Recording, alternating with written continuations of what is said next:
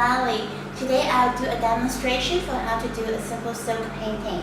All the material we will be able to get it here in Doha. So let's get started. So first of all, we use the wooden frame to get whatever size you need. Right now I'm using a 1/2 meter wooden frame. And then we have to use the masking tape. Take both sizes. And then we put the silk on top. We will use 3 hook pins that you can find it here to basically is to stretch the silk so that we can paint and put our design on top. Once you get these 2 sides done, then the opposite side we have to pull the silk a little bit so that we can get a very nice surface to work on. This is what you want, a flat, tight surface. And once you get your silk stretched, then you can draw whatever designs that you want. I usually I'll trace the pattern or draw whatever. This time I'm just gonna go something random. Afterwards, we will use something we call it gutta. This basically is like a receipt, water-based outline that help us to form our patterns, and then the use of it is to trap our paints or dye later on. So whenever you're ready, slightly squeeze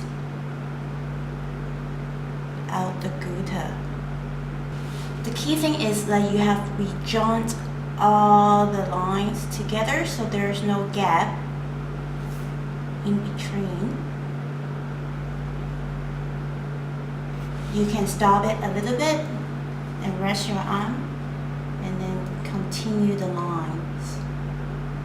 This method, we call it Sartik technique on silk painting, is basically the easiest way for beginner to start the silk painting.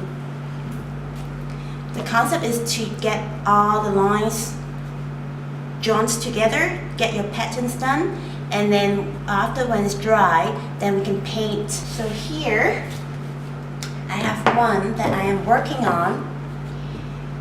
All the gutta line is already dry, and I already put some of the colors. This is we call it paint on dry.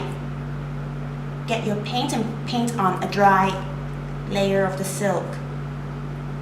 The paint will automatically stay in the area. The gutta will trap the paints. And the bigger area, I want to do another technique that we call it paint on wet on wet.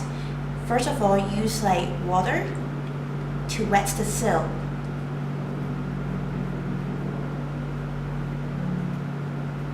And then put the paints.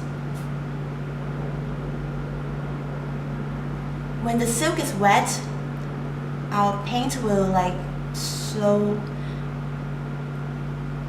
will spread slower. And right now, I want to smooth out the paint so I can get different tones of the blue color.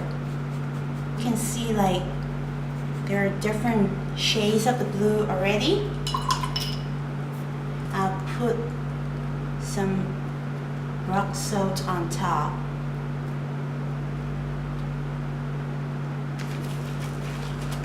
The salt will be able to absorb some of the paint and form some patterns.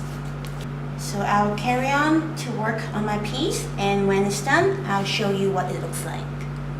I finished the painting and let everything's dry, put away the salt. So this is how it looks like when it's finished. Thank you for watching.